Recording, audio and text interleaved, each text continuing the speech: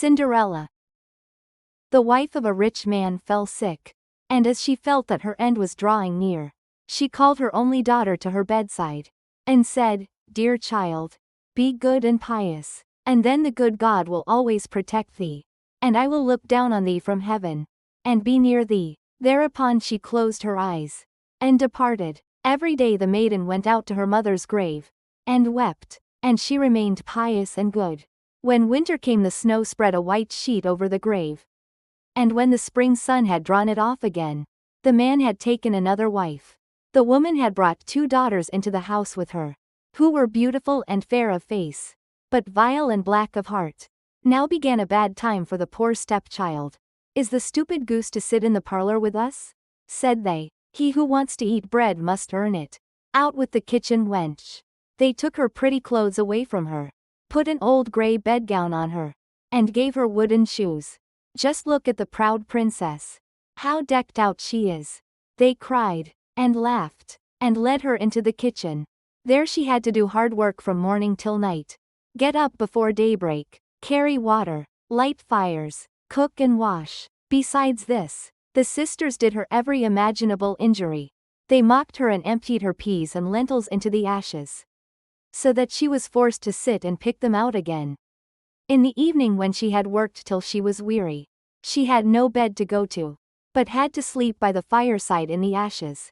And as on that account she always looked dusty and dirty, they called her Cinderella. It happened that the father was once going to the fair, and he asked his 2 stepdaughters what he should bring back for them.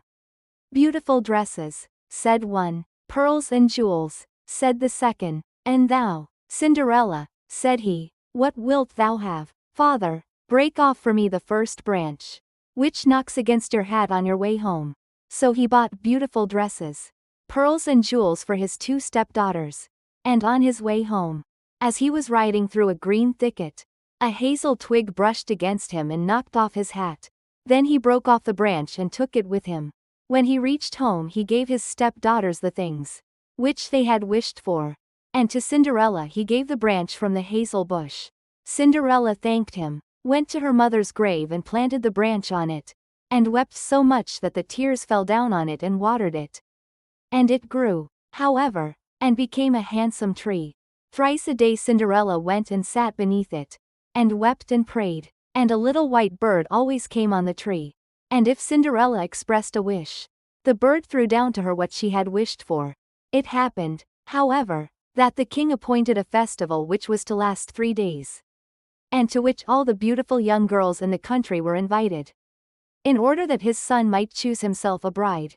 When the 2 stepsisters heard that they too were to appear among the number, they were delighted, called Cinderella and said, "Comb our hair for us, brush our shoes and fasten our buckles, for we are going to the festival at the king's palace."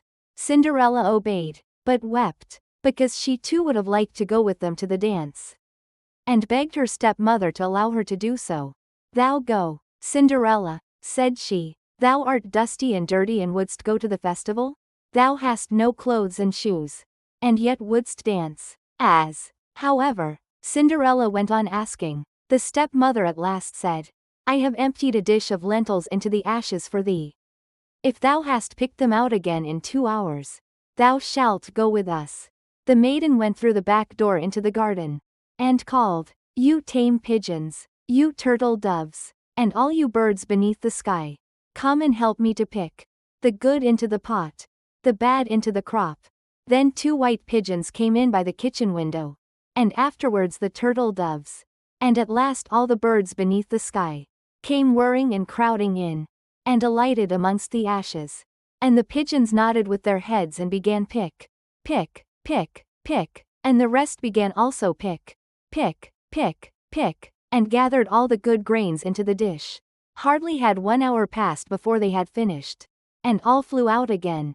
Then the girl took the dish to her stepmother, and was glad, and believed that now she would be allowed to go with them to the festival.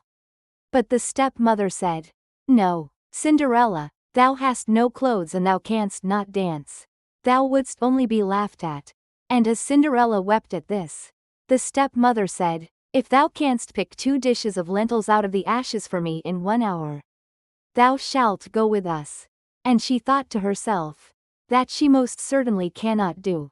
When the stepmother had emptied the 2 dishes of lentils amongst the ashes, the maiden went through the back door into the garden and cried, "You tame pigeons, you turtle doves, and all you birds under heaven, come and help me to pick the good into the pot, the bad into the crop." Then 2 white pigeons came in by the kitchen window, and afterwards the turtle doves, and at length all the birds beneath the sky, came whirring and crowding in, and alighted amongst the ashes.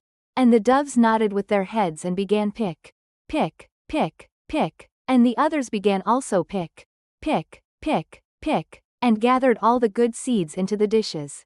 And before half an hour was over they had already finished, and all flew out again. Then the maiden carried the dishes to the stepmother and was delighted, and believed that she might now go with them to the festival. But the stepmother said, "All this will not help thee. Thou goest not with us, for thou hast no clothes and canst not dance.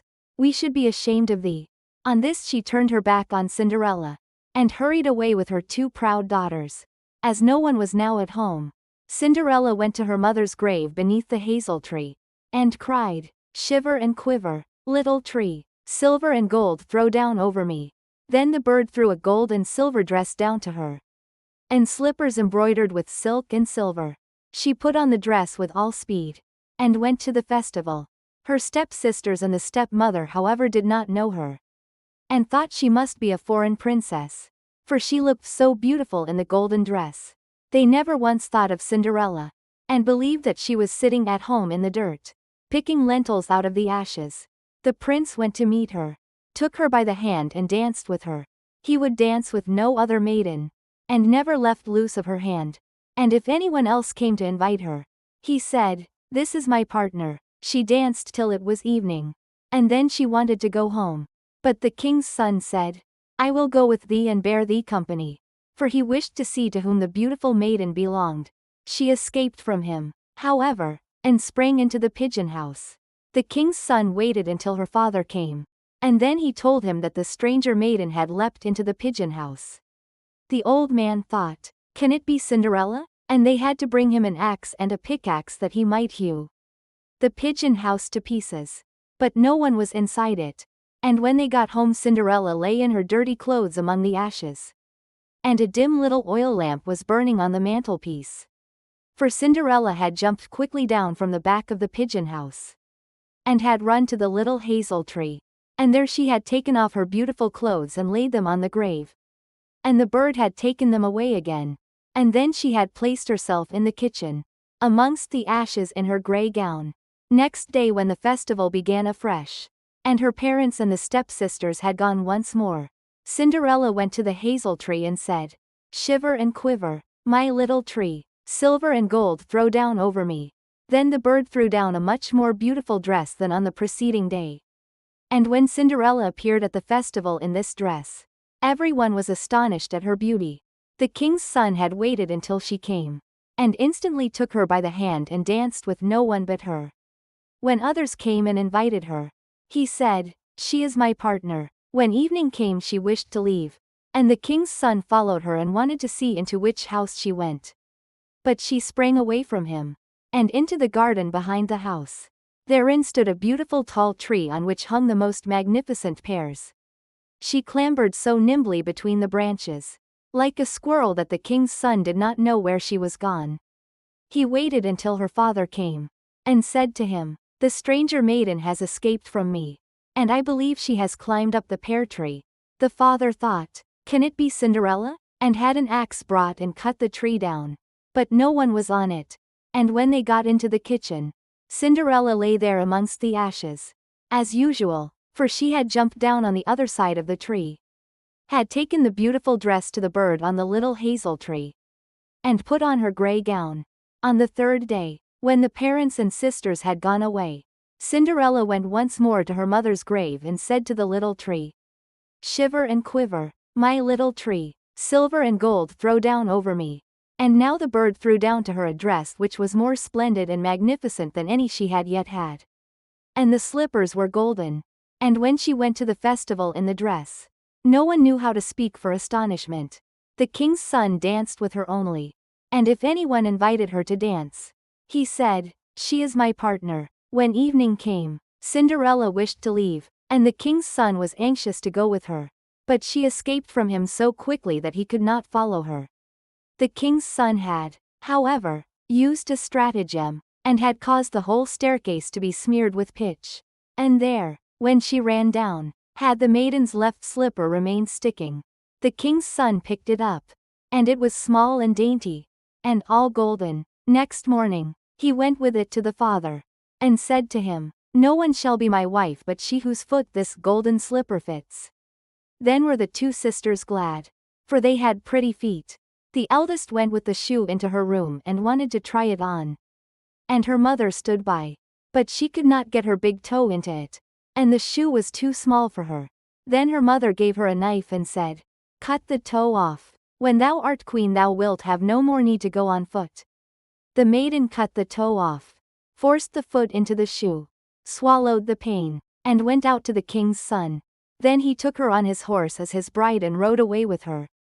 They were, however, obliged to pass the grave, and there, on the hazel tree, sat the two pigeons and cried, turn and peep, there's blood within the shoe.